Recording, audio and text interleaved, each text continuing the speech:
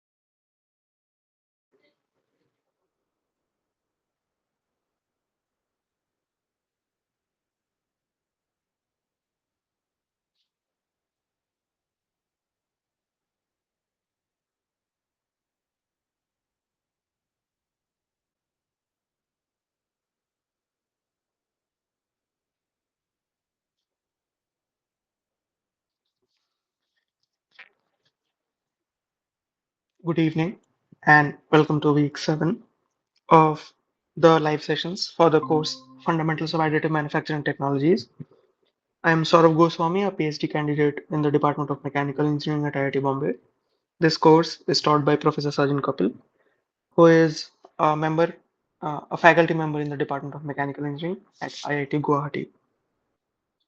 Till now, in the past 6 weeks, we have already looked at the fundamentals of additive manufacturing, the computer aided process planning steps, and we also looked at some liquid based AM processes or additive manufacturing processes that primarily use liquid material as the raw feedstock. And last week we also looked at some sheet based additive manufacturing processes such as ultrasonic consolidation and others. This week we are starting with wire based additive manufacturing processes or processes that will primarily use wire as the raw feedstock for the as the building and or support materials.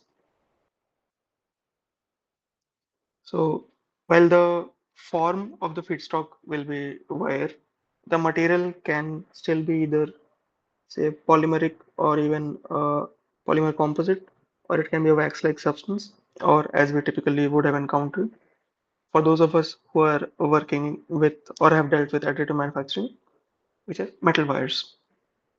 The flow of the material, that is the flow of the wire, can be either continuous, that is you're continuously extruding wire out of your deposition nozzle after suitably heating it to bring it into a molten or semi-molten state, or it can be a drop-on-demand type process where your wire is still getting extruded from the roller into the heating mechanism or heating zone in the continuous or continuum fashion. But while coming out from the deposition nozzle, rather than coming out in one continuous flow, it is coming out in the form of discrete drops, which are deposited only in regions where they might be required. The kinematics of a machine can be either serial kinematics, that is, all the links are connected to each other, or parallel, where the end effector is connected parallelly to multiple links, and each of the links operate independently of the others. Or it can be a hybrid setup, which utilizes the advantages of both systems. The energy sources can be as simple as plain resistance heating, which is typically used in your fused deposition modeling or FDM type processes, which are basically the desktop printers that you encounter ever so often, uh, typically in say makerspace or other such locations. It can be an induction heating setup. So in resistance heating, the temperatures typically go to some 200 to 250 degrees Celsius, which is sufficient to melt the polymer or bring it into a flowable semi-molten state. Or you could have an induction type heating setup, which would typically be used for metals. You could also have an arc heating, which is just like an arc welding method, or you could have a beam of energy, so something like a laser beam or an electron beam.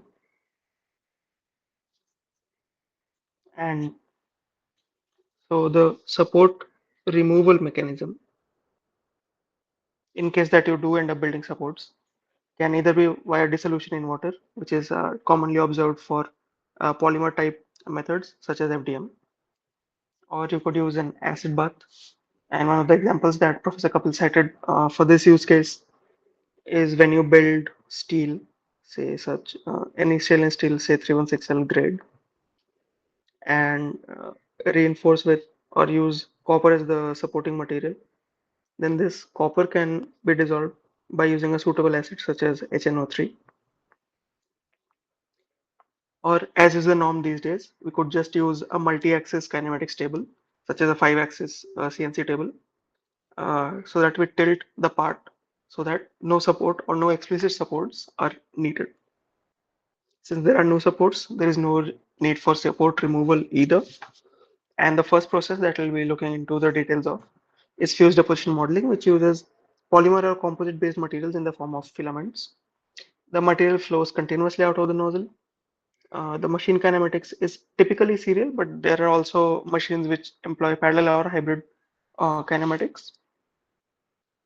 The energy source, as we discussed, consists of simple resistance heating, which produces a temperature in the range of 200 to some 240-50 degrees Celsius.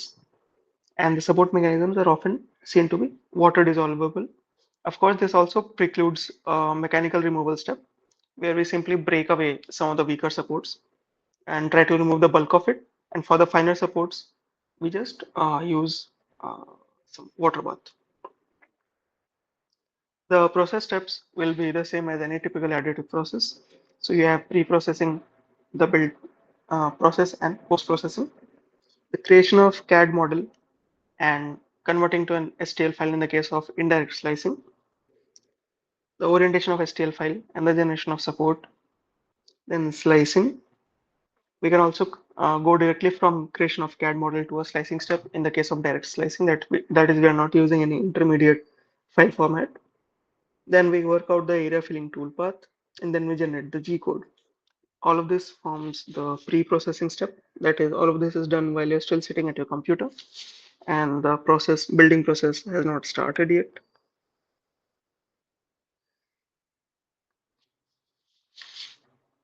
Then comes the deposition of buffer layers in the case of FDM.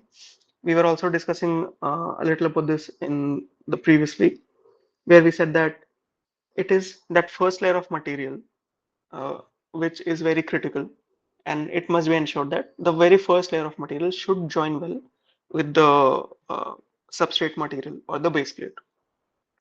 We looked at for some methods which used paper sheets as the raw material. Often, one or two layers of paper were manually glued to the build plate.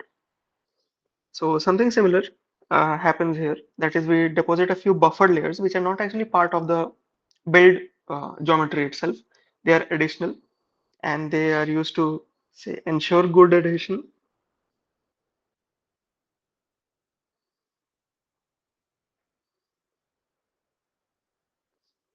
of the build part. Additionally, another function which they may satisfy is that they allow some machining allowance or machining tolerance.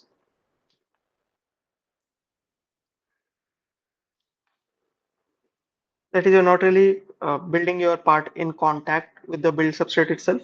You have this buffer layers in between, which are disposable. You can break them off later. In the case of metal deposition, this is the layer which would say be sacrificed when you're separating the part via a process such as the typical viridium which we use. And on top of these buffer layers, you have the main and support materials which are deposited. So in case you have a multi-material functionality, the main and support materials will be different.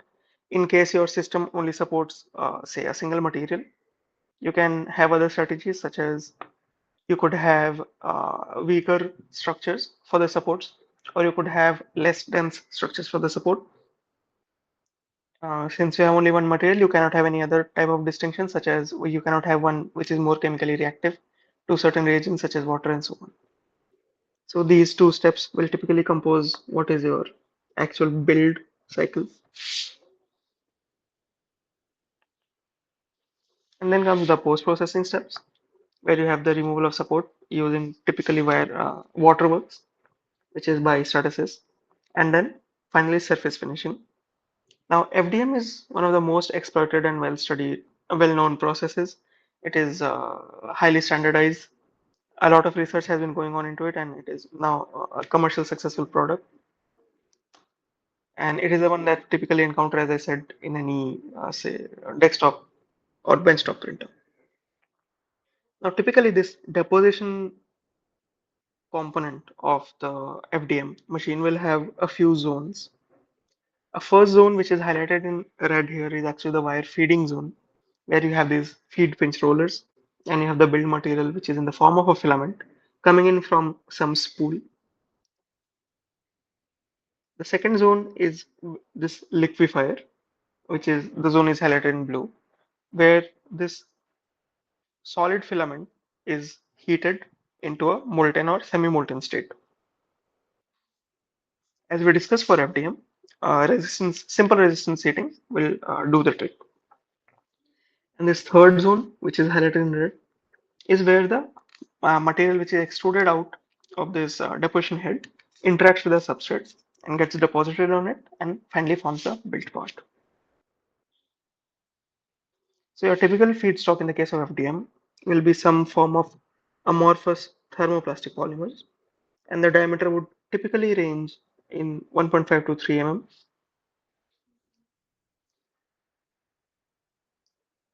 There's also this comment where they say that for small scale or in-house designed systems, the feedstock will simply be a loose coil, whereas in standardized or commercially available systems, they may be available in the form of a easily replaceable cartridge. The filament is then pushed through the system using a pinch roller mechanism, which is this pair of rollers that you see here. They might typically be connected via some spring to maintain this tension. Stepper motor is connected to one of the rollers, providing energy to move the filament through the system. And typically, say after the wire or the filament has been changed, or ever so often, periodically, what we would do is we would calibrate this pinch roller mechanism. So, say we would give a known value of input for the extrusion, say some 5 mm or so, and then we'll actually check whether this extruded length is 5 mm or not. If the error is not very large, we proceed with the print, because then we know that whatever design value of extrusion we have given in the form of G code or in the program, we will achieve the same values. Whereas if we see that these errors are large, it might imply that there is some slippage between the feed pinch roller and the wire, or there might be some other error, as in, say, typically these pinch rollers will have some grooves through which the wire is fed.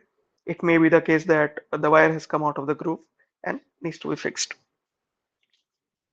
Now, for the case of FDM itself, the typical roller materials are hypalon and polyurethane. And typically, your rollers will have some grooved or toothed structure to have, just to ensure that there is a large amount of friction between the filament which you want to feed through the rollers and the rollers themselves. This allows you precise control over the amount of or the volume of roller that volume of filament that is being extruded. Now, to ensure this friction, while you do need a good amount or an optimum amount of friction between the filament and the rollers, if that value is very large, it might even lead to crushing. And if it's very low, there might be slippage between the filament and the roller, and you might have end up having inadequate extrusion of material. So the pressure on the filaments is typically sufficient to just slightly deform the filament, but not by a lot.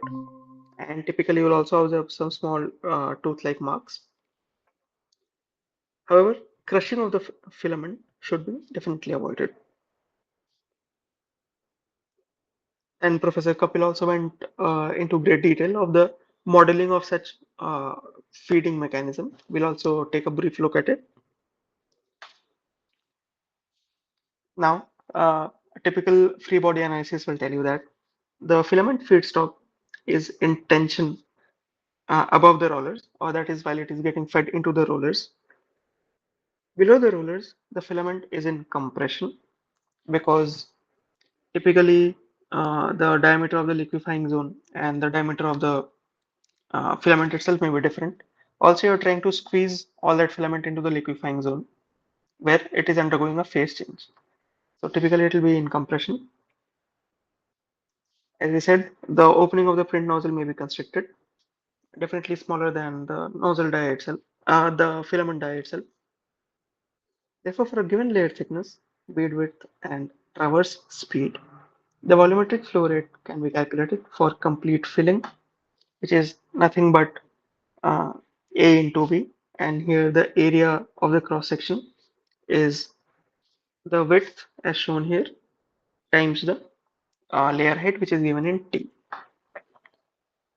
So per unit time, you would have volume of the cross section, volume of the bead which is getting deposited, which is nothing but A times V, and A here is W into T.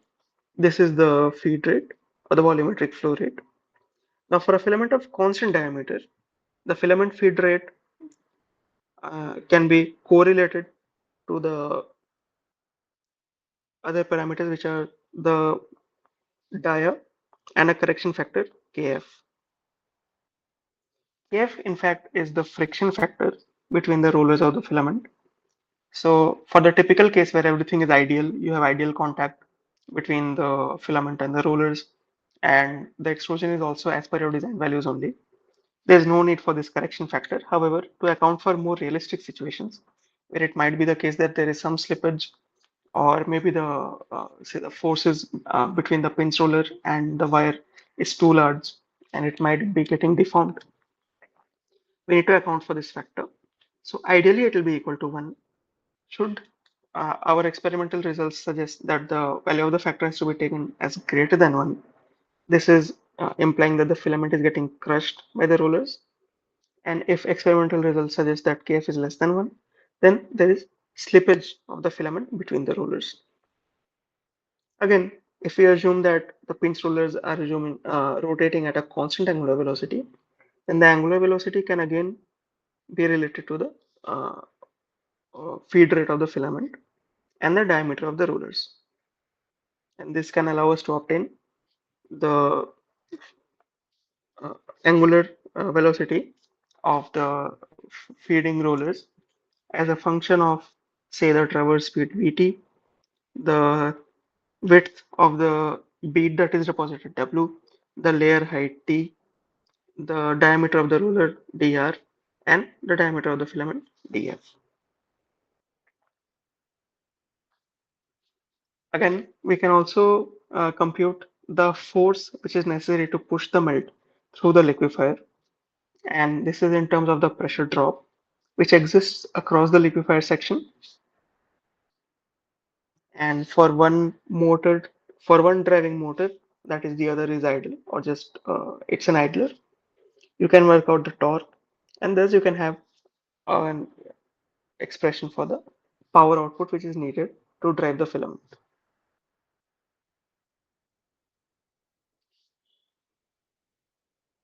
Again, as we discussed, when entering the liquefier, the filament is in a state of compression, and if we are to load it severely, then it might also buckle because of its cylindrical cross section. It is like a column, and if we compress a column or place very large compressive loads on a column, we have studied that it might even lead to buckling on the column. Similar is the scenario here. So when this compression reaches a critical limit, the feedstock filament can buckle, and it is among the most common failure mechanisms of FDM machines. A simple analysis of this buckling phenomenon has also been done and shown. So it might be cons considered that the filament in this case is similar to the situation of a loading of a column which has both of its ends pinned. And in such case, for the effective length also comes out to be equal to the length of the column L. And the buckling load in this case, critical buckling load comes out to be pi square EI by L square. Thus, we can relate it to the P2 here, which was the critical power for driving, and that comes out to be 1.1 times pi square EDF square by 16 f square. 1.1 again, another correction factor to account for the difference in cross sections of the wire and the liquefier. The liquefier is narrower than the nominal die of the wire. Some further analysis. So the liquefier does not really have a uniform cross section. In fact, the cross section is a converging one. So it's part of the machine where the solid polymer feedstock is melted using some resistance heating like mechanism and pushed through a small print nozzle. Why the print nozzle has a smaller dia than the wire filament itself is because you want to have a precise control over the regions over which you're depositing. Even though we will later see that just constricting this nozzle dia alone is not sufficient because the liquid that comes out will get bulged out. Still, it that is the principle. So you just want to deposit over a smaller region, and so you constrict it. And the exact dynamics of such uh, extrusion through the liquefier is quite complex and challenging to model, and that arises partially from the fact that melt properties are a non-linear function, of temperature and shear rate.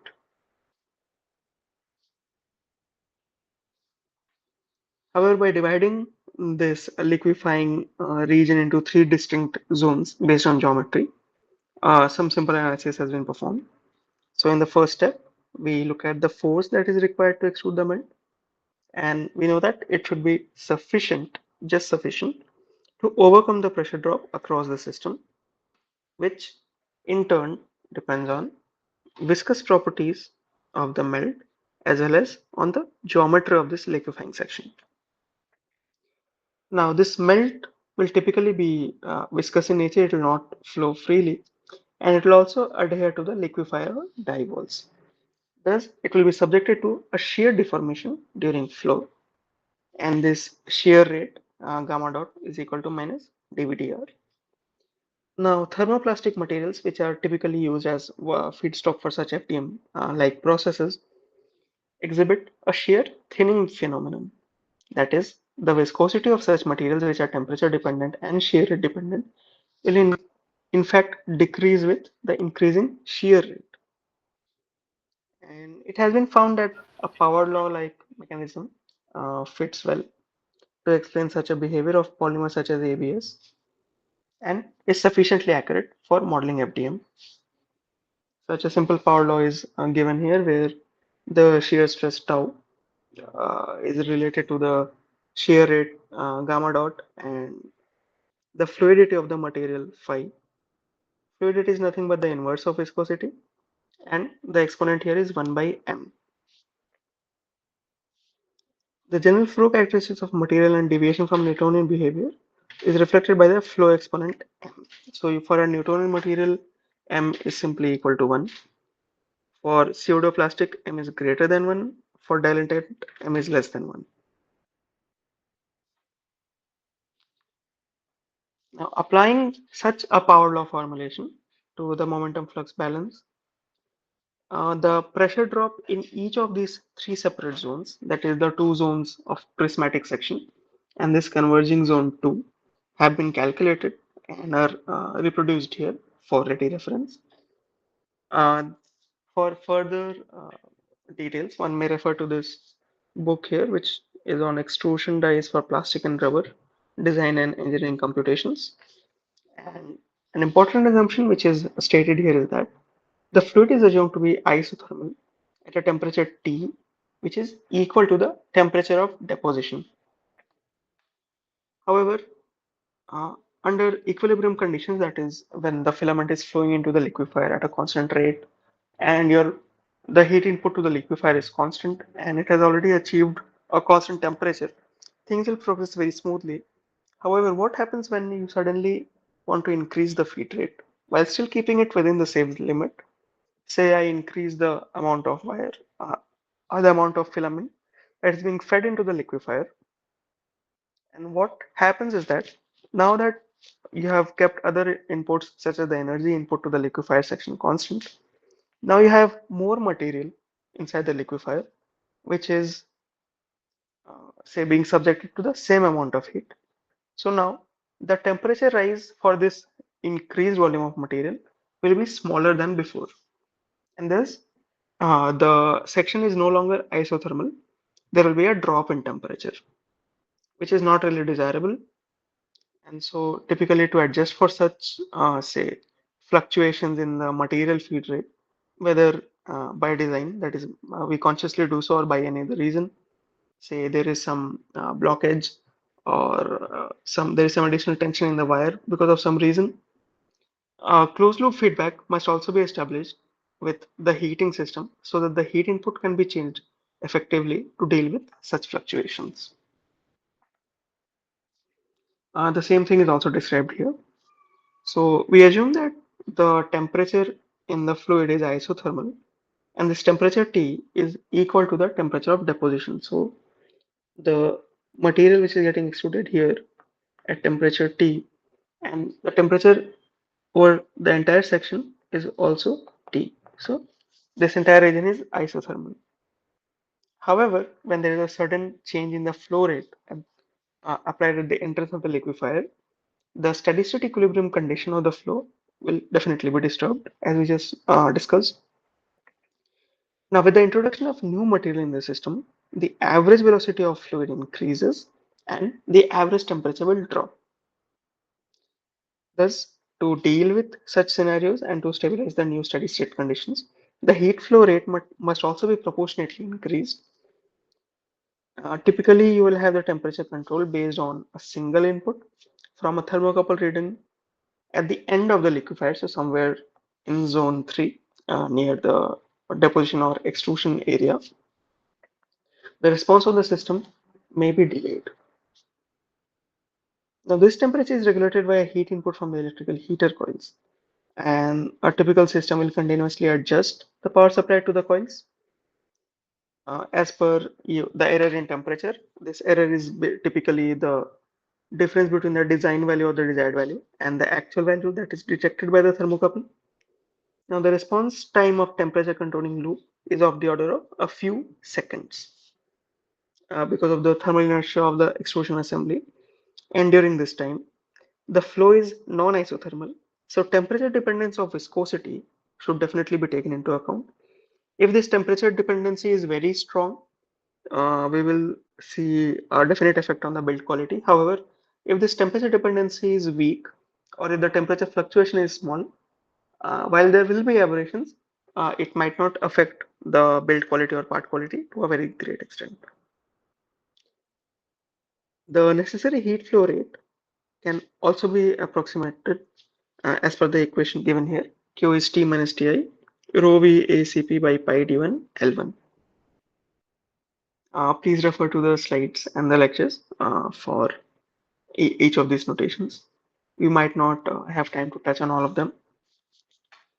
Now again, during the time of thermal adjustment, since the flow is non-isothermal, the temperature dependence of viscosity should be taken into account along with shear rate dependence, because as we saw for these thermoplastics, the material behaviors will change, such as viscosity will change both with the temperature as well as with shear rate. These are shear thinning materials. The viscosity will thus be an expression of both the temperature and the shear rate gamma dot. And typically the temperature dependency is expressed in the form of Arrhenius relation as shown here. And at the given reference temperature, the value within this exponent will be 0. And so this HT term goes to 1. And one example value for a particular set of materials is given here where alpha is 19,800. Again, when we take this temperature and shear thinning, maybe not the shear thinning, only the temperature dependency into account. Now we have updated expressions for the pressure drops across the three zones, and summing these up give us the total pressure drop across the liquefier region. And the important takeaway, I mean, more than the expressions, they can always be referred back. But the important takeaway is that whenever there is a sudden change in the flow rate of the filament into the liquefier, the average temperature T drops and the velocity V increases as expected, thus resulting in considerable increase in the pressure drop across the system. Now, since this pressure drop is changing, the motor power which is necessary to actually drive the filament through this uh, liquefier and pinch rolling assembly is also increased, and a numerical example is also solved here, which uses all the equations which have been derived in the slide. So if we have time, we'll come back to this, else it's solved and Professor Kapil has also touched upon it in class.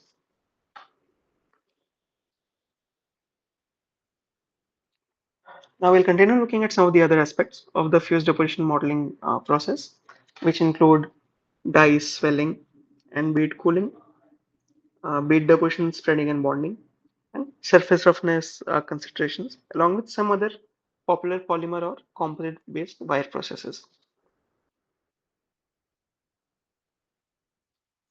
So first to look at the die swelling and bead cooling phenomenon. While inside the print nozzle, especially in the liquefying zone. The polymer melt is under stress because it is continuously being pushed in from one end and pushed out from the other, and it has to flow through a region of a varying cross section. There is a region where the cross section is converging, and finally the exit, say nozzle dia, is much smaller than the entry nozzle dia. So it is under stress. And a part of this deformation energy is also stored elastically. When this droplet finally comes out, and when the polymer melt is no longer constrained by the walls of the liquefier, these stresses that were acting on the melt in the nozzle are relaxed, and thus the elastically stored energy is released, leading to radial expansion of the melt, such as shown here. So when it is coming out, because of the release of elastic energy, it will tend to expand to dimensions which are greater than the exit nozzle dia. And this phenomenon is referred to as dye swelling because there is a swelling of the droplet. And quantitatively, it is measured as the ratio of the maximum diameter, in this case shown by D3, to the diameter of the die opening or the design value for this melt, which is D2.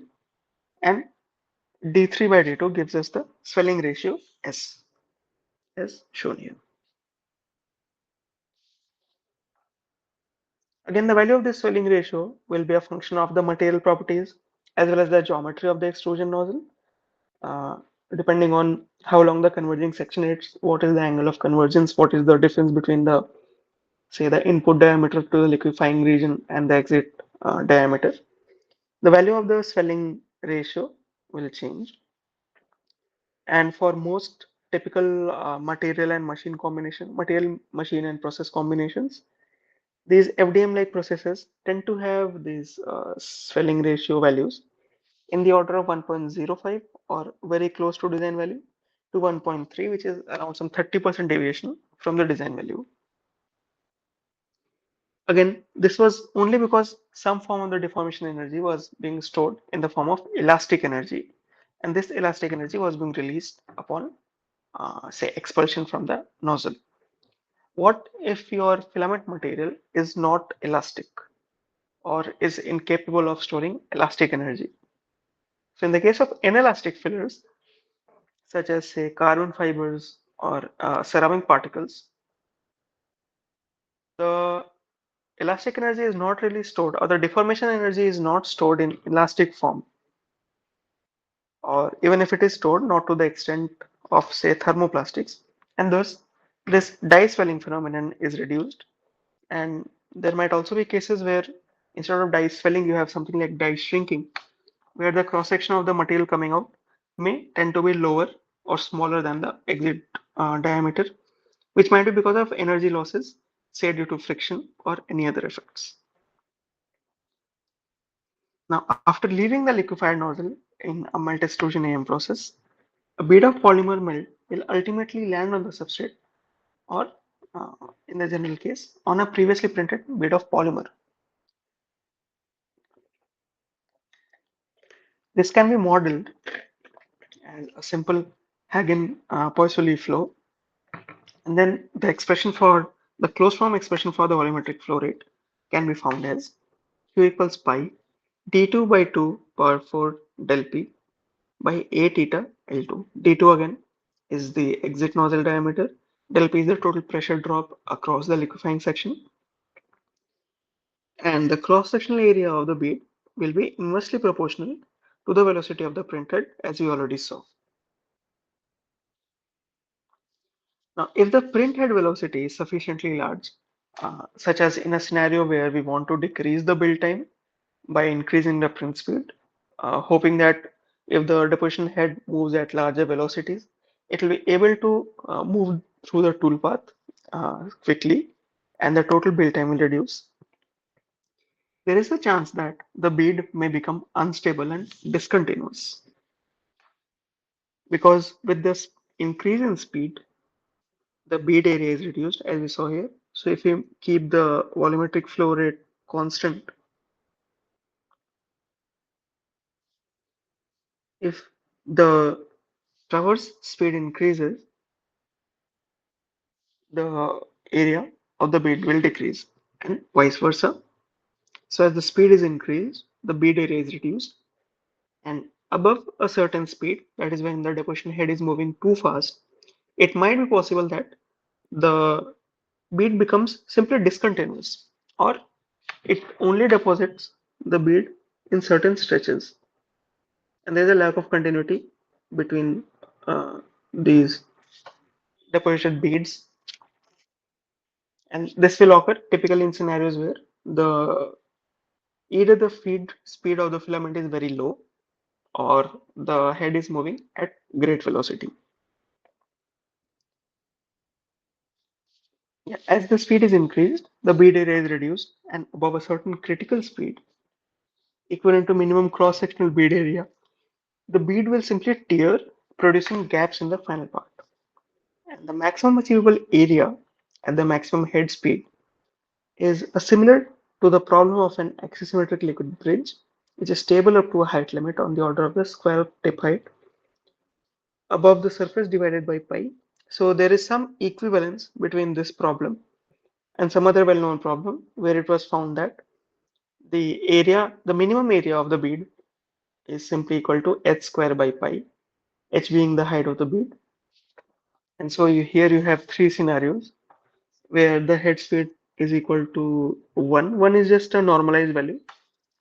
This is equal to the critical speed. In that case, the cross section of your bead will be exactly rectangular and prismatic, which we know will never be the case. Yet, for the case of this simple analysis, when this head speed is equal to the critical speed, the bead cross section is rather uniform. If it is less than the critical speed, such as in this example, half times the critical speed, we see that the area of the cross section bulges out. That is, more amount of material is being deposited in the same region, which is leading to such bulging. Whereas if the head speed is greater than the critical speed, in this case, twice the critical speed, we see that there is constriction or there is a shrinkage of the cross section area because now for the same region you have less amount of material being deposited, thus it occupies less volume. And this critical velocity, or at least an upper bound for the critical velocity, can also be computed and is shown here. In this expression, while the liquid properties are not directly involved in the stability limit, the impact of exceeding said stability limit and ability of the material to neck down from AB or area of the bead to the minimum area of the bead AB min varies based on the Weber number and Reynolds number of the liquid. So again, it will be different based on the feedstock material and the machine and process combinations. Now, typically when you're depositing your beads, so say each of these are one bead, so maybe bead 1, bead 2, and bead 3, and your writings or the traversal direction of the deposition head is either into the page or out of it, sorry, out of the page or into it. Your bead, rather than having a rectangular cross section with very sharp edges and vertices, typically it will have this oblong shape where the edges are rounded. And the final shape will depend also on the viscosity of the melt and relative surface energy of the bead and the surface on which it is printed. So typically it might also be the case that, like we typically observe for metals, your bead does not wet the surface a lot, and so the contact is like really over this small region, which is undesirable because then the mechanical strength of your bond is very weak. Whereas an ideal double-straight bead will look something like this. This is the case of metals that I'm talking about. Similarly, in the case of uh, FDM, whereas typically it will be of an oblong shape, that is, the contact between the substrate and the bead will be large enough, the edges are still not very sharp and they are oblong. Now, the interaction of the tip of the print head with the bead may further influence the evolution of the shape of the printed bead. While spreading, the bead also cools and its viscosity increases until a solid state is reached. The final width of this rod, that is the bead, determines the resolution that can be achieved in the print process because typically the smallest dimension that you can print is just equal to the width of this one bead. So if this bead spreads out, your resolution is compromised and you have a larger resolution, as well as the contact area between such neighboring beads. So typically you will have some overlap between this center to center distance. This will be smaller than the width of one bead. That is, ideally you will have the next bead deposited so somewhere here maybe, because you do not want to leave this gap.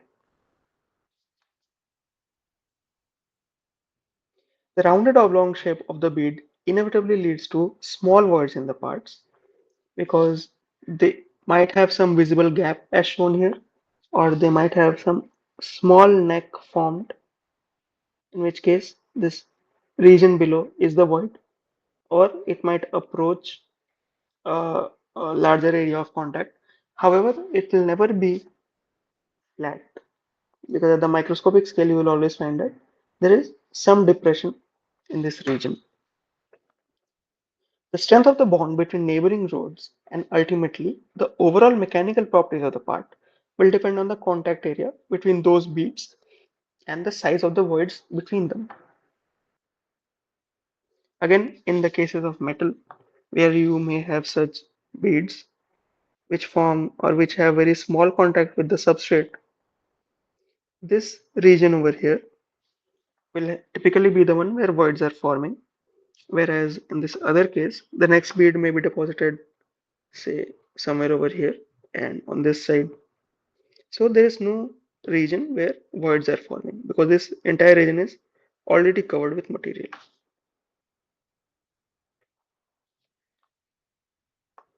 A second interesting phenomenon is what is referred to as bead ironing, where we just use the deposition head itself to iron the bead.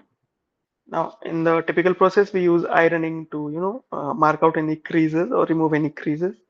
Here it is something similar. We are just ironing out the surface of the deposited bead in order to flatten it or to ensure that the layer thickness or the layer height is more or less uniform.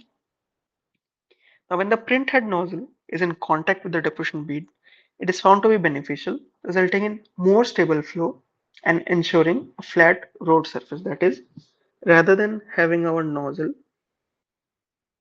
deposit material from a great height onto a substrate, we want something more similar to this scenario where the standoff distance between the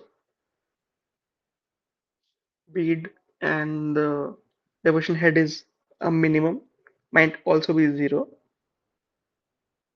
and the bead is coming out of the deposition head and getting deposited directly.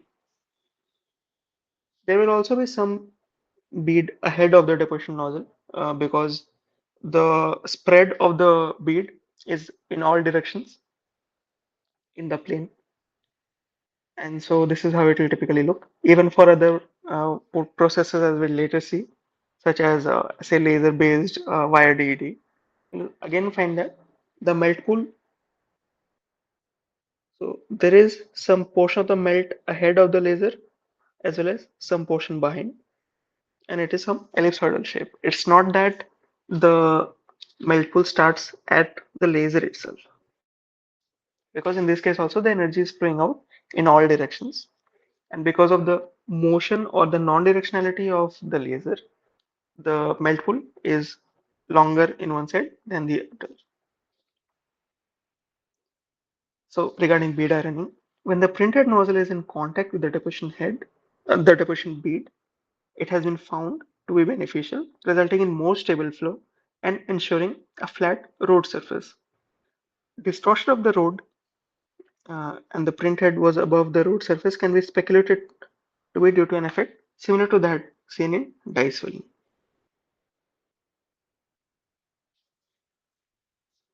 Again, let us see how two adjacent beads or two adjacent rods of polymer join together to form the final build part.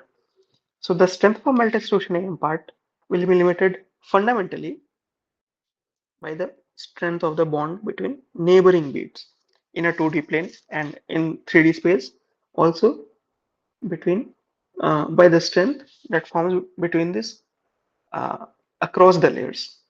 So the way we develop any 3D printing processes, you print one single track, then yeah, you optimize it. The second step is to print multi-tracks, but in a single layer. That is, on the same plane, you are printing multiple tracks with some change in overlap, and you optimize that. And once these two steps are completed, only then you move to printing uh, multi-track, multi-layer parts, where you are building a object in 3 dimensions. Now, this bond strength will be a function of the energy of adhesion or cohesion. So, adhesion in the case of dissimilar materials, cohesion in the case of similar materials, which will depend in part on the contact area between the beads. The larger the contact area, the stronger these bonds will be. If the contact area is very small, it is expected that the bonds will be weaker. For polymeric materials, the bead bonding occurs through a sintering process which emerges through a viscous flow mechanism. So rather than typical, say, ceramic or metal sintering where you subject it to long durations of heating in a furnace and the grains grow and say cover the voids. Here it is mostly melt driven phenomenon. So if you allow your bead to cool slowly, the molten part will spread out, and if it is still molten by the time the adjacent bead is deposited, it is possible for the two molten zones to come in contact, mix and fuse together, leading to the formation of these necks. If they are still molten, the diffusion of material can happen across this neck, and the neck can grow, and finally the polymeric chains will randomize across this neck and form a strong bond. However, if your bead cools down very suddenly and very quickly, there will simply not be sufficient time for this necking phenomenon and growth and randomization to occur. Thus, we should try to ensure that our bead does not say solidify or does not cool down immediately as it is deposited. This is typically ascertained by heating the build plate. Also, we'll find that often the build volume of an FDM machine is enclosed and the build plate is heated, and this is to maintain some semblance of atmospheric control so that the build plate is not really at the room temperature itself. Since it is heated to say some 60, 70 degrees odd, the thermal gradient between the just deposited layer, which will be in a molten or semi-molten state, say at 250 degrees, and the build plate, say at 60 degrees, is smaller than the melted bead and the room temperature. This helps to, uh, this provides sufficient time for such centering like process to happen. Since the centering process is thermally driven, the temperature history of the rod at the interface with another rod becomes a crucial variable in determining the quality of the bond.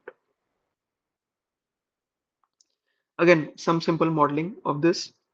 So, for an assumed cross-sectional shape of the deposited filament, the perimeter and area can also be found. So, area, as we know, is pi times AB. This expression for the perimeter is new, and it's important to keep in mind that this is just an approximate expression. The exact expression is, there is no closed form expression, and there is a series solution for this.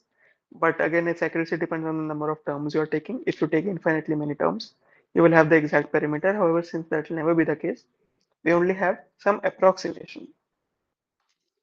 Again, we assume some uniform temperature distribution throughout the cross section, that is, temperature is not varying over this area, and the cooling process of a single filament. In such a case, then simply simplifies to 1D transient heat transfer, and it is simply modeled as a 1D block. So the head moves at a constant speed of v along the x-axis. The origin of the reference coordinate is set at the extrusion head itself. So since the origin is fixed here, it will appear as if the foundation and the bead are moving in the positive x direction with a velocity of v. Now, because the mass of the build plate or the foundation will typically be much larger than one single bead, the force of inertia will be much greater than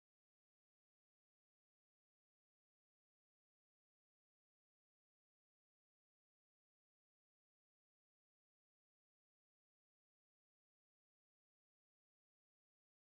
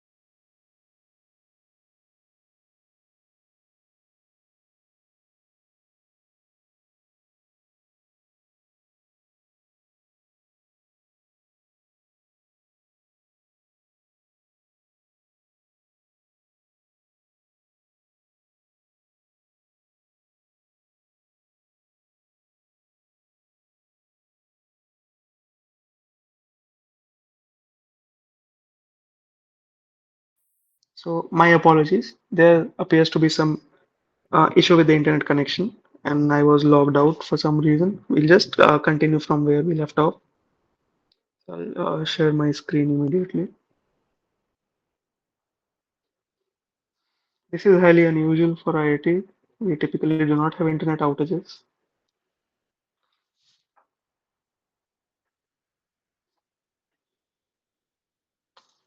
Yes, so we were discussing the modeling of bead deposition, spreading, and bonding, and we looked at how the cross section of the deposited bead was assumed to be uh, of an elliptical cross section, and for such an assumption, the area, the expression for the area is well known, simply equals to pi times AB, whereas the expression for the perimeter, a closed form expression does not exist, and there is some series solution.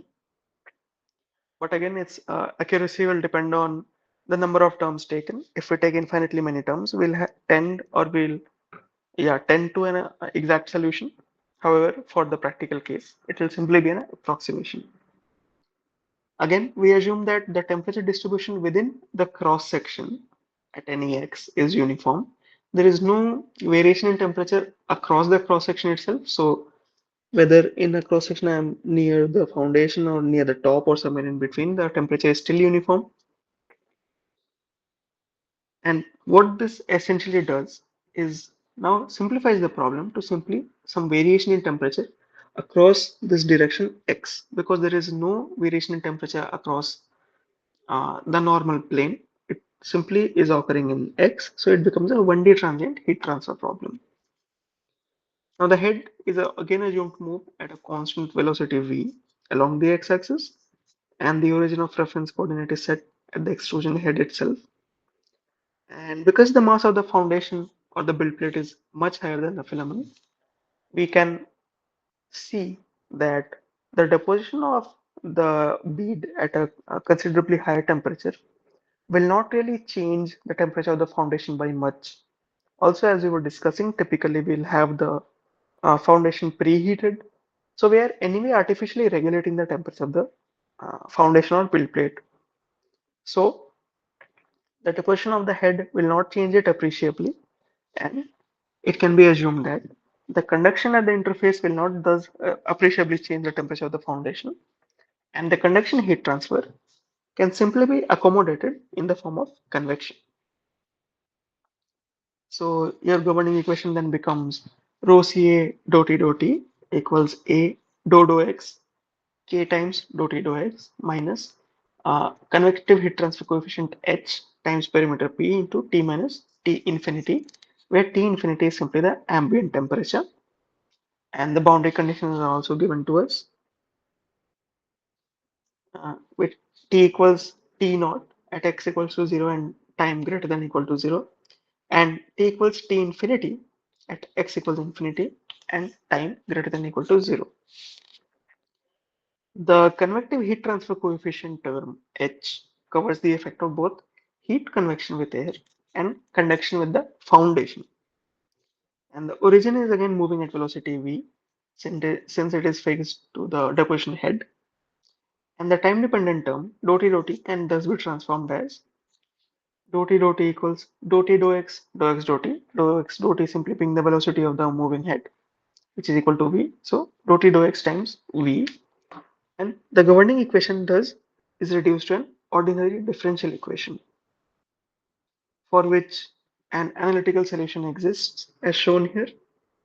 So at any distance x from the deposition head, the temperature will simply be equal to the sum of T infinity plus T naught minus T infinity times e power minus mx, where m is expressed in terms of alpha and beta, and the expressions for alpha and beta are also shown. So we have a closed form solution.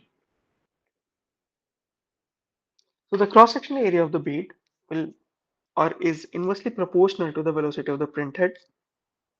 Velocity is not constant in the beginning and end of the deposition cycle, as we have already discussed during any deposition because of the inertia involved. At the start of the print process, either you have under deposition or over deposition, and similarly at the end of the print process again, either you have under deposition or over deposition. It is only in the middle that you have the uniform deposition throughout. Again, this is also true in the case that you're taking a turn, because while taking a turn, because of the action of acceleration which might be involved, the deposition characteristics are changed again. The velocity thus varies at the start and stop of each successive layer, as well as when there are sharp turns in the tool path. Now, recent, more sophisticated systems simultaneously adjust the filament feed rate to compensate for this. However, any degree of lag in the feed rate controller will result in a corresponding degree of under or over deposition as the print head accelerates or decelerates rapidly. So here it just talks about, say, adjusting the filament feed rate.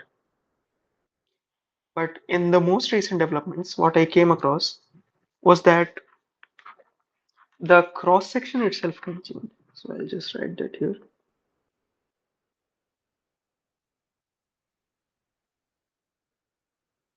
The cross section of the nozzle adapts to need of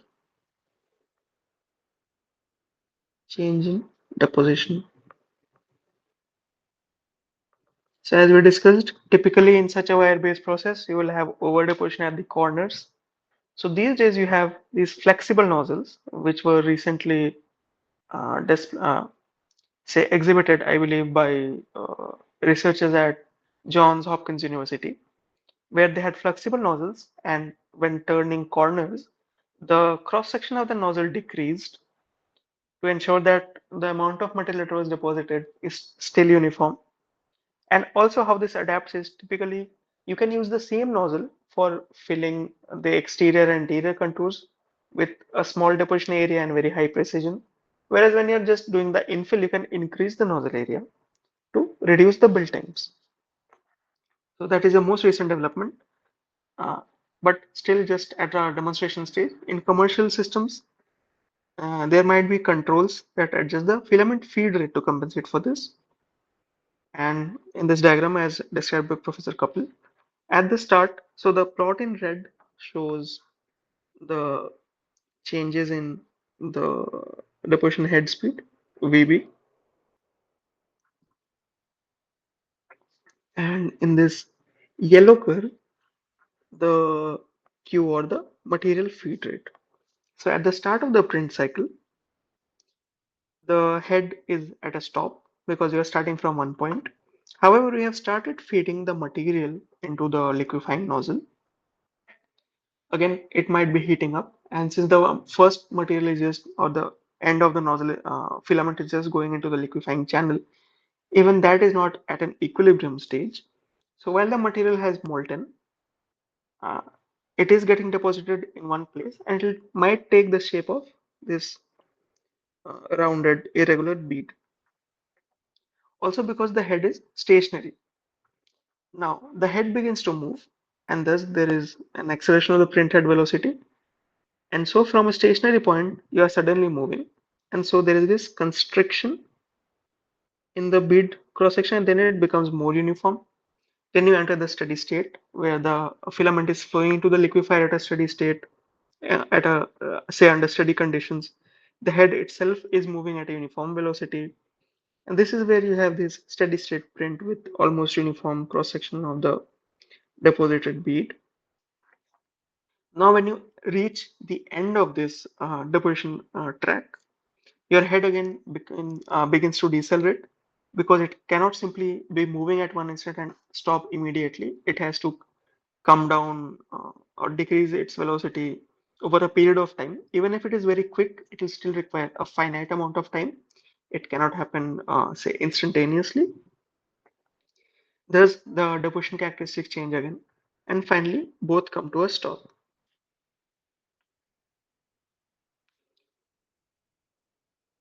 Due to the very principles or buildup of additive manufacturing, accuracies are inherent in AM, such as the stair stepping effect, as we saw.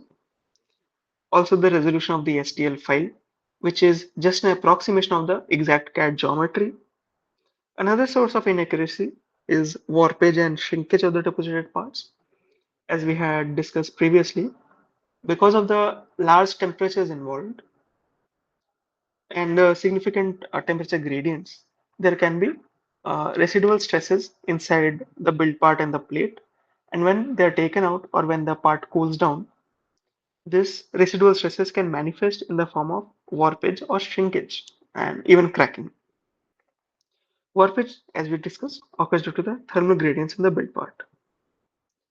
The surface roughness is a consequence of this stair stepping effect, as we are well aware. Even if we change uh, or we change the layer thickness to very small values, just to counter this stair stepping, we'll end up drastically increasing our build time. Again, it might not be possible with your usual nozzle and material filament combination to have an arbitrarily small deposition height.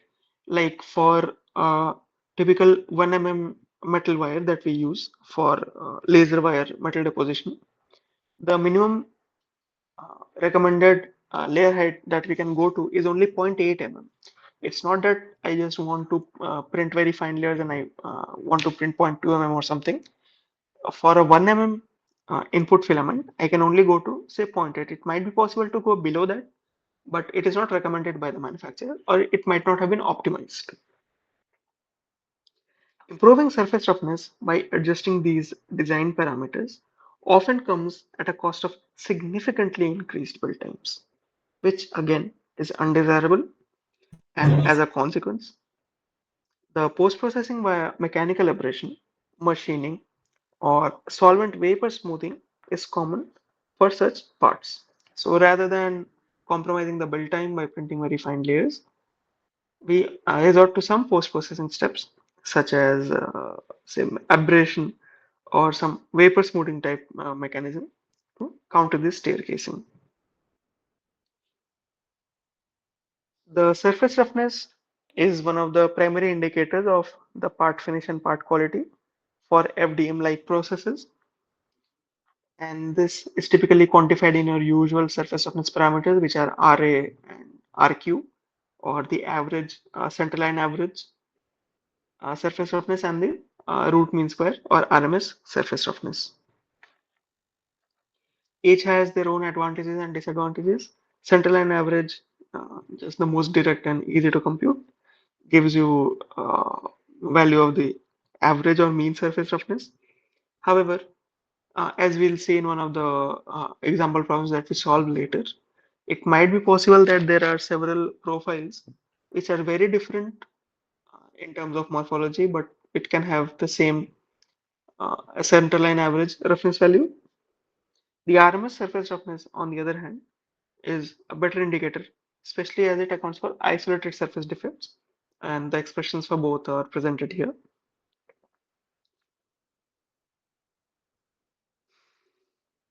Now, based on geometric considerations, some fundamental modeling of the surface roughness has also been derived. We'll just go over this very briefly.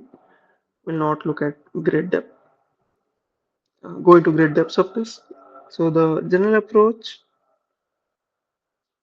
I have been talking about the centerline average, so this might be a good time to actually say what it is.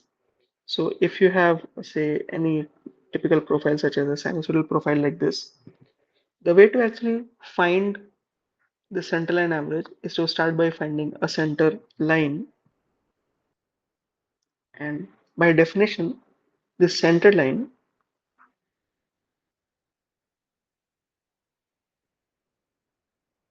has equal areas above and below it.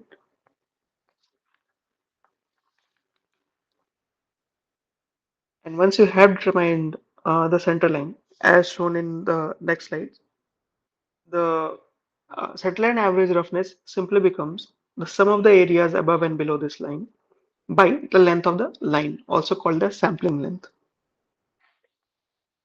Now, for this particular derivation, again, the cross section of the roads are modeled as ellipses in an layers with bead width W, bead height H, and thus the interlayer spacing or the shift of the center as we move from one bead to another bead in the next layer is given by K, which has been derived. The center line, as I said, is defined in a fashion such that the values above sum of the area above it is equal to the sum of the area below it. In this case, the green region and the blue region here, the sum of their areas should equal the yellow region, and that is how this center line LT is defined. And after obtaining or computing the correct position of the center line, your center line average is simply equal to the sum of these three areas. So the areas in green, yellow, the green, blue, and yellow divided by the sampling length. Some other processes which are similar to FDM but may have some difference in one of the subcomponent levels are shown here. So you can have a system with uses a polymer or composite material as the built material. the material flows out continuously. However, the kinematics in this case are parallel rather than serial, energy source and the support removal mechanism being the same. We have this machine, the video of which was shown by Professor Kapil in his slides. And what this accomplishes is that now you can build a greater build volume or you have a larger build envelope, especially in terms of height, by occupying a very small footprint in the XY plane. Another which can have hybrid machine kinematics is shown here, where the one of the axis, say the x-axis, is fixed to the build stage and is still serial kinematics, but the y and z axis are achieved via parallel kinematics by being connected to the deposition head. Again, rather than having continuous flow of material, you can have a drop-on-demand type mesh system, such as one shown here and here, rather than having the, say, a continuous deposition of bead on a substrate. What you can end up having is in a 2D plane, you end up depositing these small, beads of material only where they are required, which is referred to as a drop-on-demand system.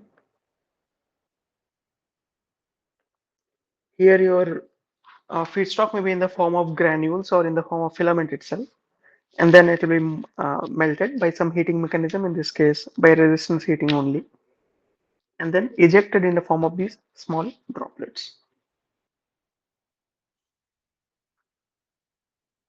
Finally, we come to metal wire AM, which is an area in which I myself also work.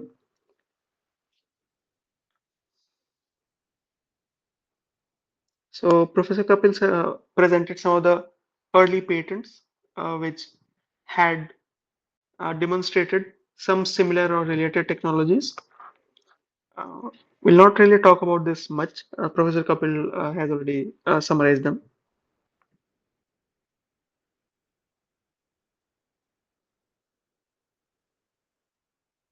The energy sources in this case can be induction heating, as we went over, and arc-based or energy beam-based processes. One of the manufacturing processes which Professor Kapil described in great detail this week was something called shape deposition manufacturing, or HDM, which differs from your typical AM work cycle in the sense that there is no conventional slicing step, at least not in the way that we have seen it, where we have, say, in the case of indirect slicing, we convert our 3D CAD model into an intermediate file format. We come up with either a uniform or adaptive slicing. The slicing planes interact with these facet triangles. We work out the supports and all. More than slicing, it is a case of segmenting, where in each layer of material to be deposited, you, first the layer heights are not the same, and second, rather than having contours, you have segments. That is regions where you need to deposit either the build material or the support material, as the case may be. Now, similar to FDM, this process also uses two heads, one for build material and one for the support material. And it is based on the premise that invisible surface of the model will be the visible surface of support and vice versa, which is not very easy to comprehend. At least it was not for me, but Professor Kapil has demonstrated it very effectively. So in case you have trouble like me, you may refer to the videos. If the model is visible, we deposit the build material, and if the model is invisible, we deposit the support material. The creation of modular support involves deposition and machining in every step. So it is a hybrid process. This machining is typically accomplished via a 5-axis CNC milling. And slicing also makes use of these visibility concepts. Thus, the part is free from the staircase effect because we are machining it in every step. The deposition creates the near net shape fast, and 5-axis CNC machining is used for net shaping. It also makes use of an intermediate short peening step to relieve the stresses or to introduce compressive residual stresses. which are in fact useful, because as we know, if there is a tensile residual stress in the part, if there exist any cracks, which they always will, the tensile residual stresses will simply help in the growth of this crack or elongating this crack. Whereas if there are compressive residual stresses in the material, they will lead to the closing of this crack or they will impede its further growth. A variety of deposition methods are used. A variety of materials have also been attempted. However, the focus during this course will be on metallic materials only. So the microcasting is basically a hybrid combination of the MIG and plasma welding processes. It deposits these discrete superheated molten metal droplets to form dense metallurgically bonded structures. Materials for microcasting include, as we were discussing, the combination of stainless steel and copper, stainless steel being the build material, copper being the support material. Now, why superheated? So, as we were discussing, whenever a bead, especially in the case of metals, whenever a bead is deposited on a substrate or on a pre-deposited layer, not only should the newly deposited material itself be molten, it should have enough energy to also melt part or a small fraction of the previously deposited layer or the substrate. This is to ensure good metallurgical bonding. Typically, you want this dilution to be, say, anywhere between 10 to 40%. It will again vary depending on the process, uh, machine, and material combination, as well as the type of application that you're targeting.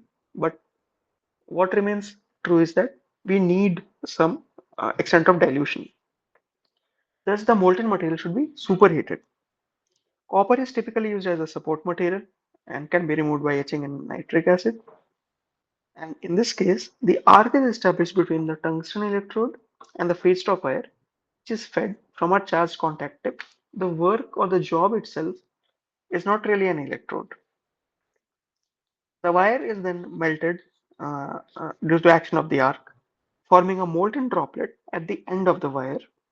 And when the droplet has accumulated enough molten material, its weight overcomes the surface tension.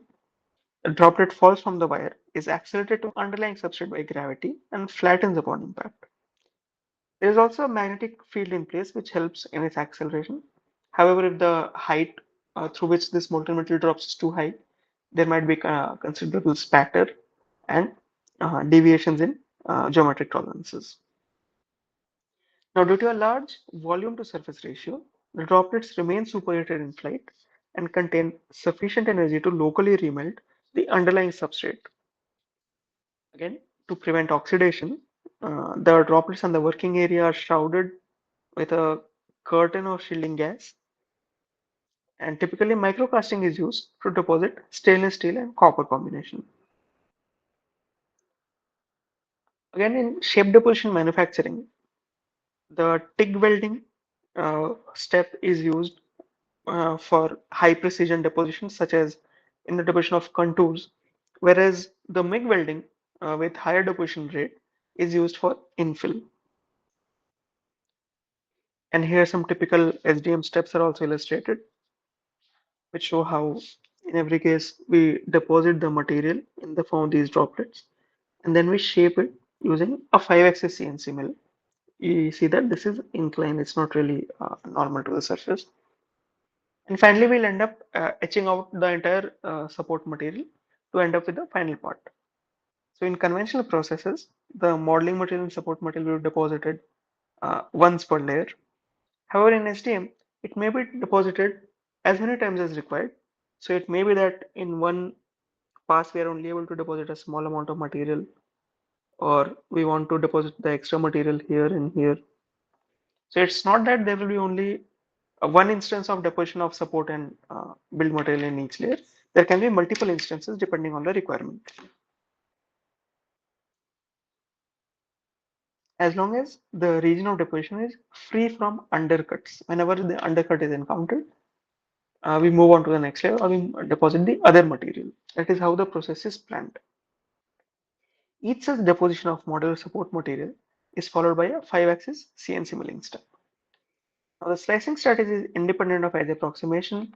It is done at strategically chosen Z values where transitions between undercut and non-undercut surfaces occurs. And such typical slicing has been shown here for this random geometry. So for each slice we can see, say for slice B over here, if we are to think logically of how to deposit this, it can be seen that first the blue material or the support material must be deposited. Only then will these surfaces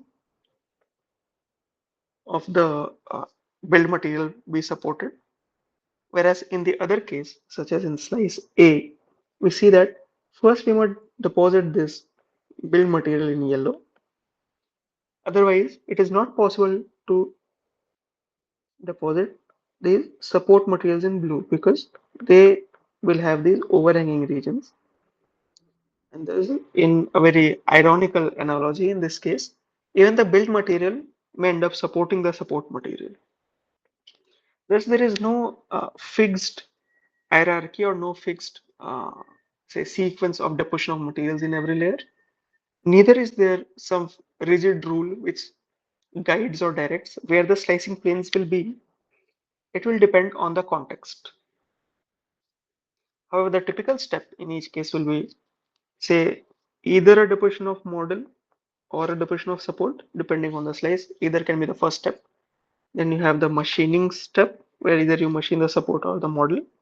If you started with a support, you then print the model and machine it, and the cycle continues. If you started with the model or the build material itself, you then deposit the support next, machine it, and continue. The cycle may even be interrupted such that in one cycle or in one layer, you first deposited support, then deposited model, but in the next layer, you again started with the model and then deposited the support. This also has the capability of printing these multi-material parts or the capability of embedding other structures inside.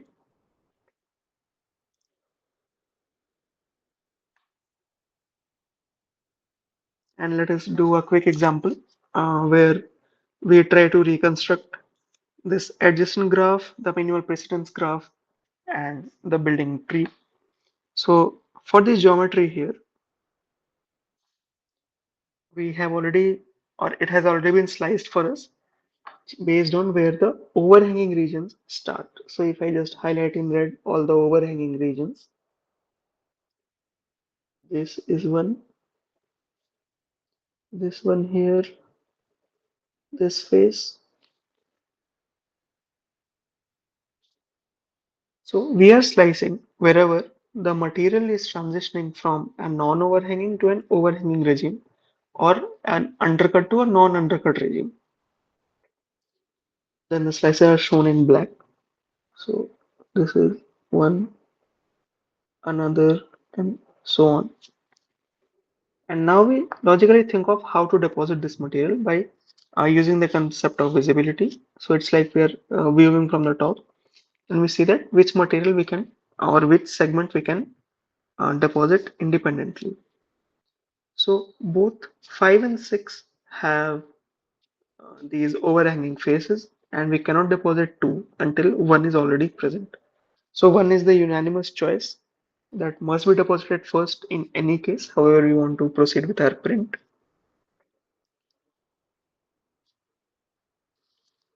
And say relative to 1, we see that this face of 6 is also overhanging. Similarly, this face of 5 is overhanging and so on.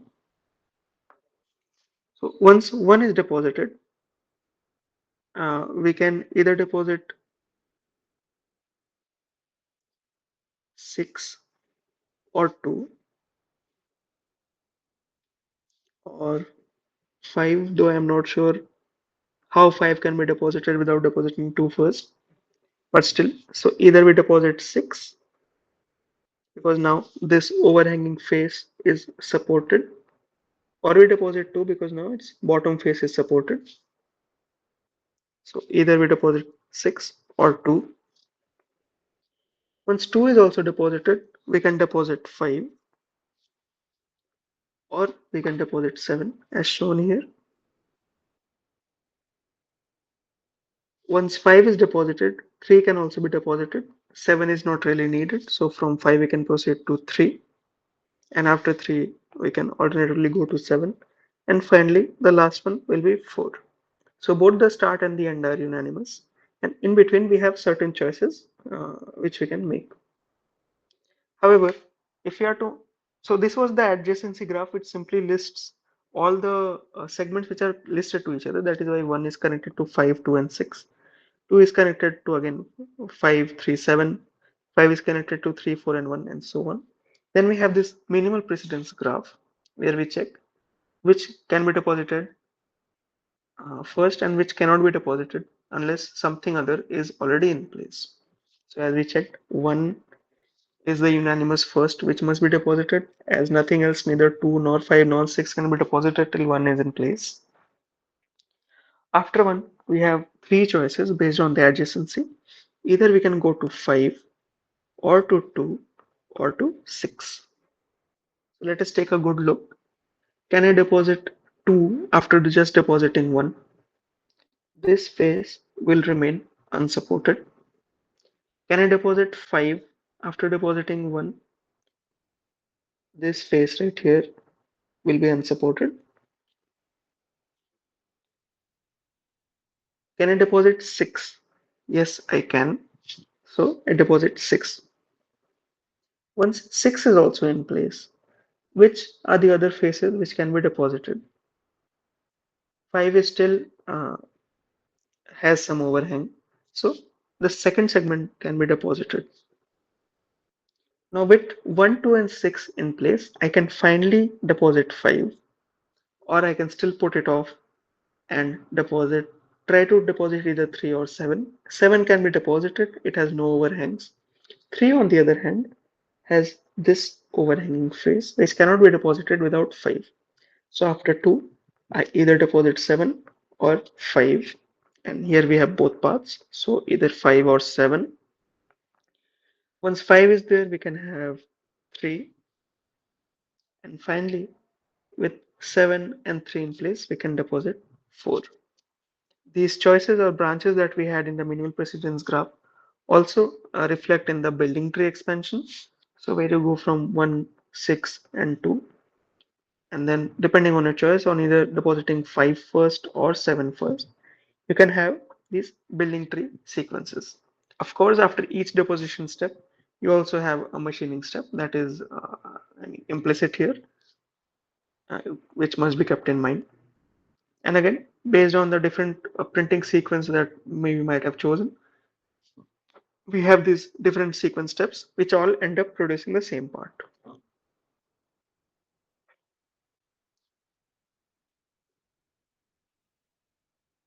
Another example has been worked out for your convenience. So please take a good look at it, and let us just break for a short while, and then we'll discuss some additional questions which might help us in solving the assignments.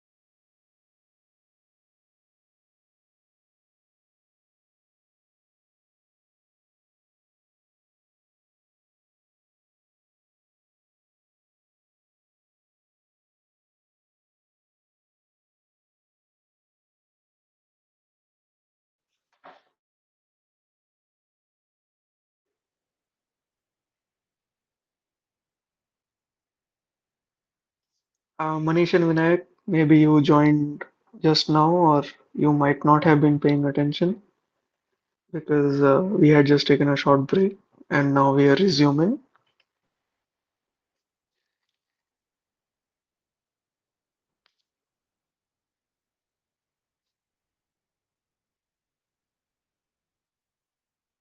Either way, fret not because the recordings of this session are available online and the links are shared with you by NPTEL.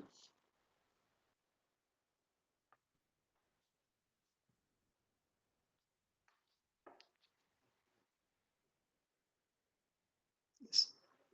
So now let us go over a few example problems which will help reinforce our concepts and may also be similar to problems that we'll typically encounter during our assignments or during the course certification examination. The first question, in the FDM process, the maximum diameter of the extruded material is 1 mm and the diameter of the die opening print nozzle is 0.75 mm. Then what is the swelling ratio? So let us just draw a representative figure of the same. So say this is my nozzle,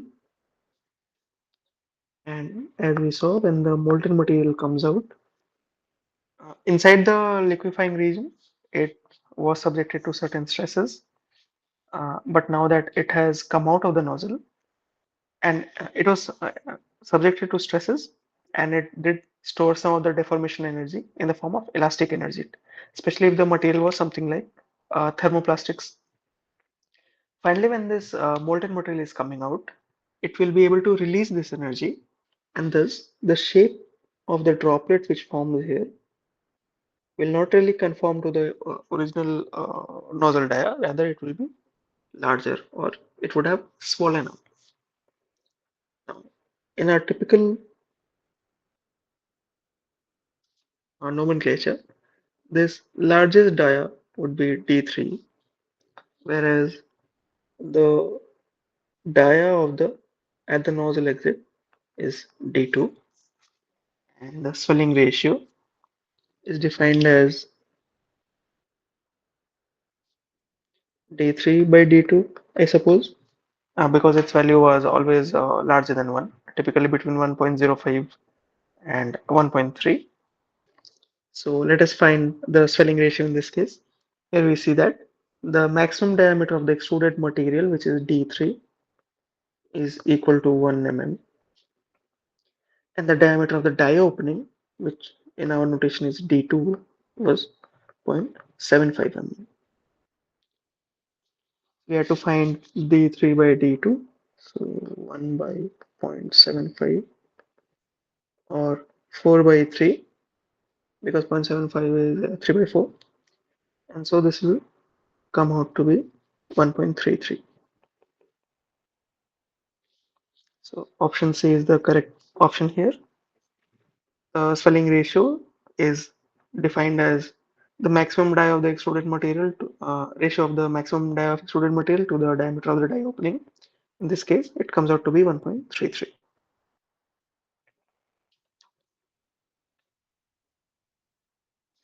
The second question, two filaments A and B of diameters 1 mm and 2 mm respectively of the same material, so only their diameter is different, and the same effective lengths is to be printed using FDM process.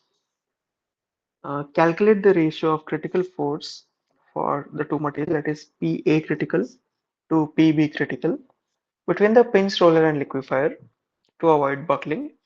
Assume hinge condition at both ends.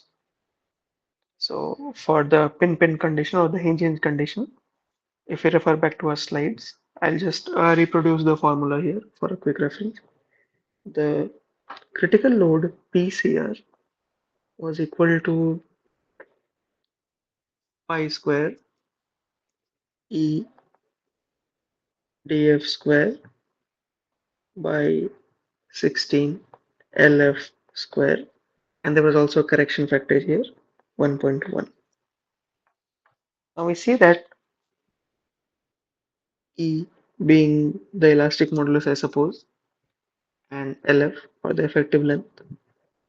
Our E is a material property since both filaments A and B are made of the same material, the value of E should be same. And it is given in the question that the effective length is also the same for both cases. Pi is a constant, so it will anyway be ruled out, and there are only other constants only. The only variable which relates P critical is the diameter of the filament itself, or the more precisely the square of the diameter. So if we are to find the ratio P A critical by P B critical,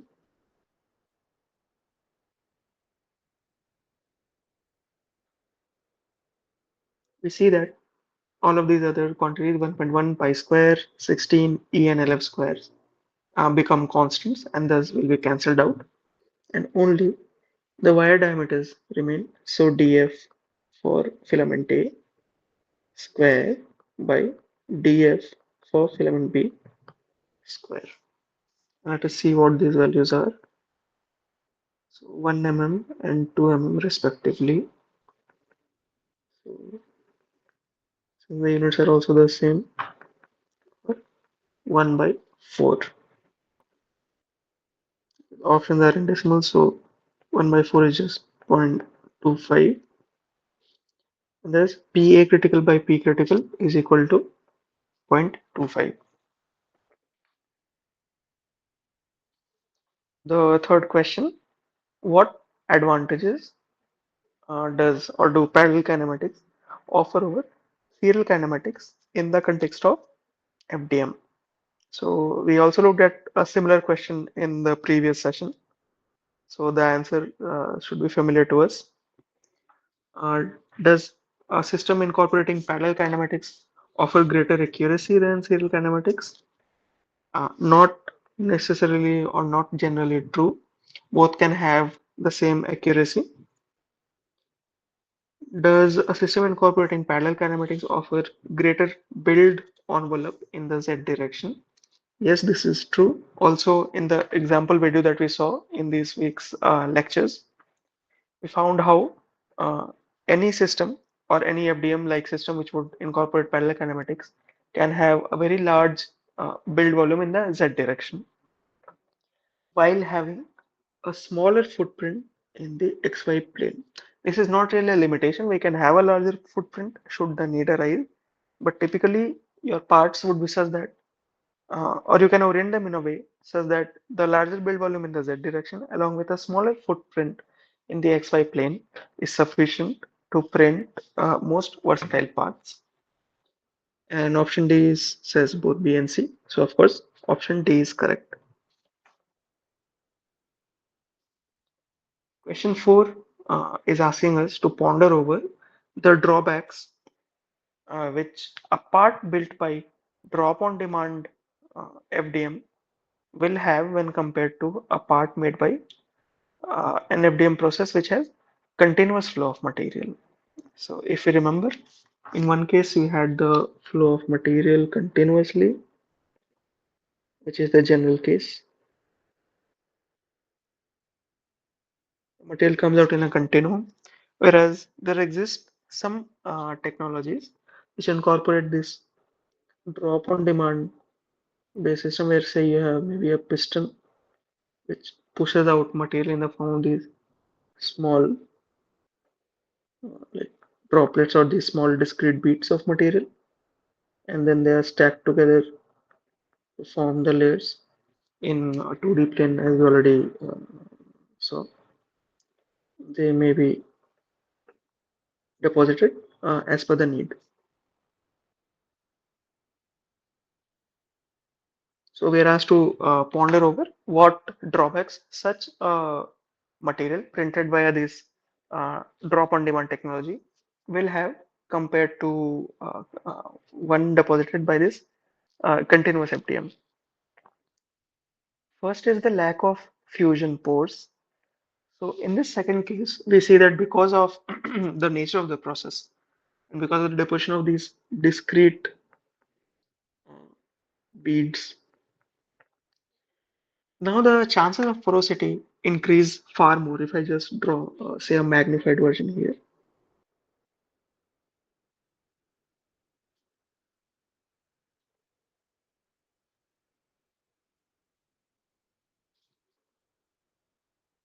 and compare this to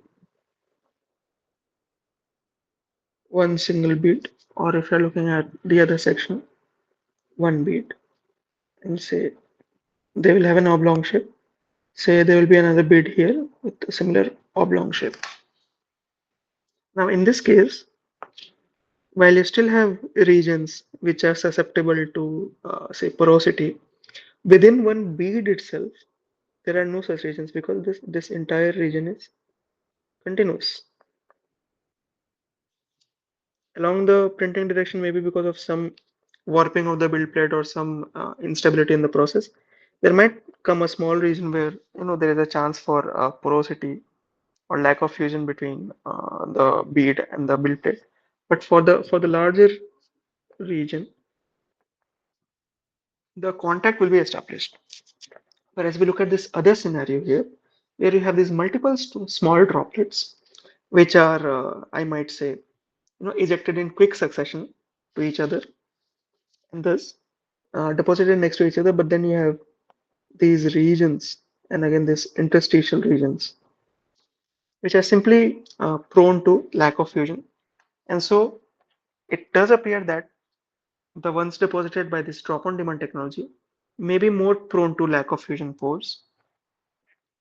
Surface finish. Now, while both will have these, will be susceptible to staircase effects, at least for the top surface here in the case of this bead, with bead ironing, you can have the top surface to be relatively smooth and relatively flat. Whereas in the case of this drop-on demand like mechanism, you always have these undulating features, whatever you do. Even if you are to deposit the next layer in these sites, still have these curvatures here. So it is expected that for a similar resolution for the two processes, the one with drop on demand may end up producing worse surface finish. Third is interlayer delamination. We do not really have conclusive evidence to say that there will be interlayer delamination. Uh, Also, as I discussed, in the case of drop-on-demand type systems, the beads are ejected uh, in a far greater frequency than in the case of this continuous type deposition. Thus, they are still molten and hot when they're let out, and so it might be possible that they fuse well with the previously deposited layer. In any case, we do not really have conclusive evidence to conclusively state that in one case the interlayer susceptibility to interlayer delamination is higher. And this, what we can say is that both lack of fusion pores and poor surface finish are to be expected for the case of drop-on demand FDM compared to continuous FDM. Question 5 is asking us, what is the exact perimeter of an ellipse with a semi-major axis of length 10 mm and a semi-minor axis of length 6 mm. So I will just reproduce the expression from the slides. The perimeter P is pi times a plus b 64 minus 3 lambda to the power 4 by 64 minus 16 lambda square. Lambda itself is equal to a minus b by a plus b. Please verify if this expression is correct. I hope it is. And here A and B are nothing but the semi-major and the semi-minor axis, lengths of the semi-major and semi-minor axis. So if you have an ellipse, you have a major axis and you have a minor axis. The length of this semi-major axis is A and of this semi-minor axis is B. So this is the expression for the perimeter, and so one might have this impulse that you know the expression, you have the values, you get to it and you start computing. But then you read the question again, and it is asking for the exact perimeter of an ellipse. And as I emphasized during our recapitulation session, there does not exist a closed form solution for the exact perimeter of an ellipse. We have a series solution.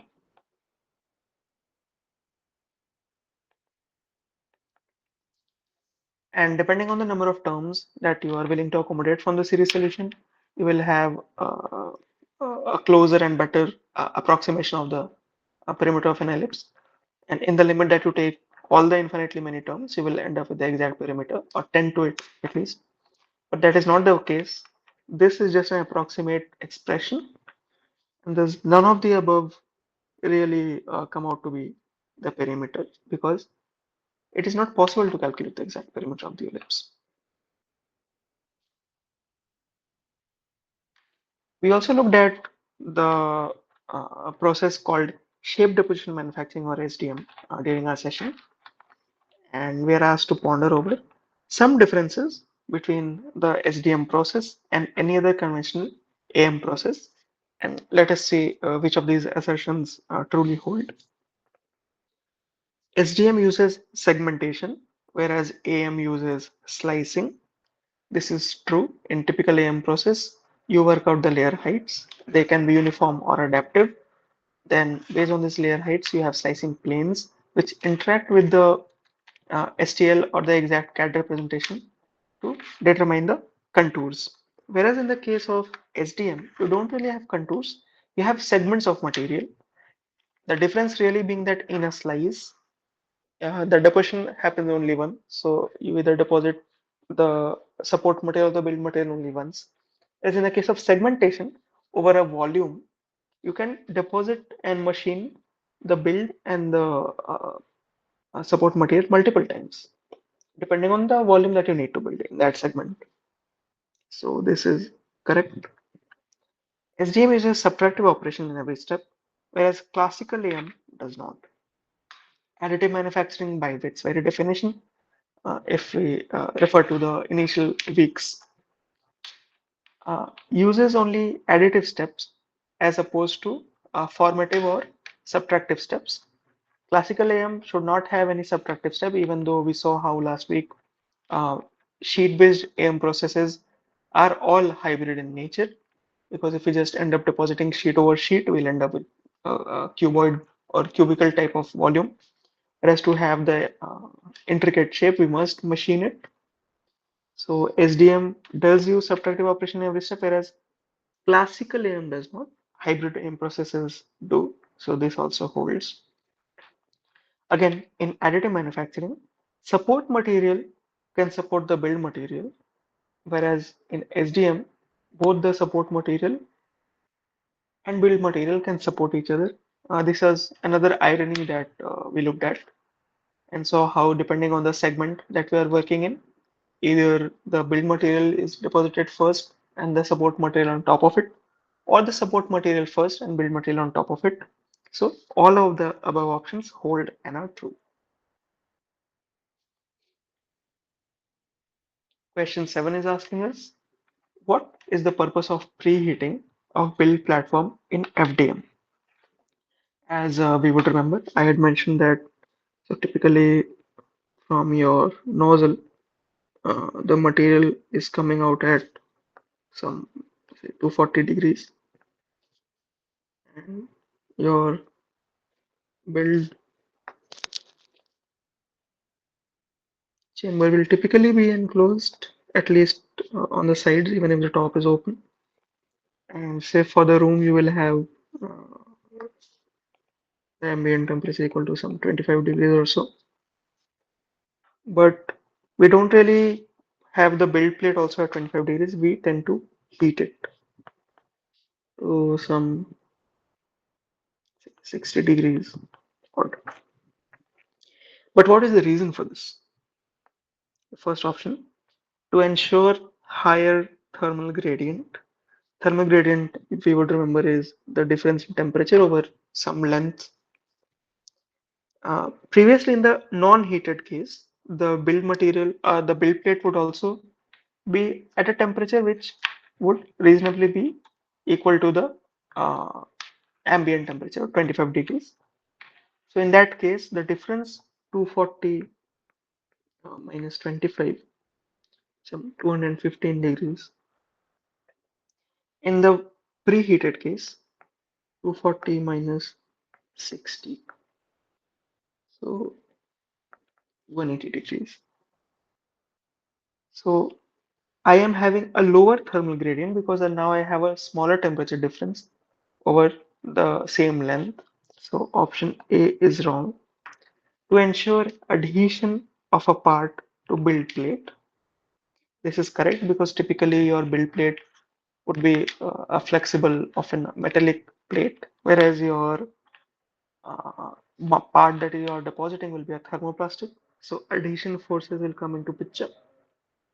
To ensure cohesion of part to build plate, cohesion will come into the picture when you are depositing the material on pre-deposited layers, not on the build plate itself. And to minimize the power consumption of the liquefier, the power that is being consumed by the liquefier is not really related to the power supplied to the build plate to preheat it. In fact, the overall power consumption does increase by this step. Even this is wrong. Option B is correct. Question 8. Which metric is preferable between centerline average or RA and root mean square RQ for reporting surface roughness of a 3D printed part? Is it RA as it is easier to calculate? That is definitely not the proper reason.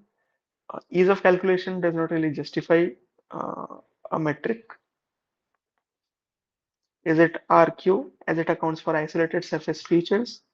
This is true. We also saw this mentioned in the slides. Is it RQ? Because array of two surfaces can be same, but RQ will generally be different if the shape profiles are different. This is something I did mention, and let me also illustrate this a little more. So you can have these profiles, such as a sinusoidal profile, this square wave, this triangular flat or sawtoothed wave, or maybe even this fully triangular wave. And it is possible that all have the same array.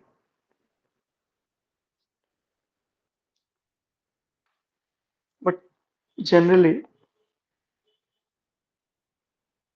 RQ will be different for each of them.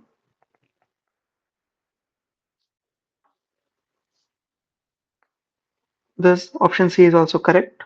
And what we want to stick with is option D, both B and C. So those are the questions I had. Typically, the expressions that were derived in the modeling of FDM, because of their very involved nature, I do not really expect them to be very relevant for either your quizzes or exams. However, these other relationships, in my opinion, might be more relevant. So, thanks for tuning in. This was week 7 of the live sessions for Fundamentals of Additive Manufacturing Technology. I thank you for your time and I hope to see you next week. Thank you. Thank you. Thank you, sir.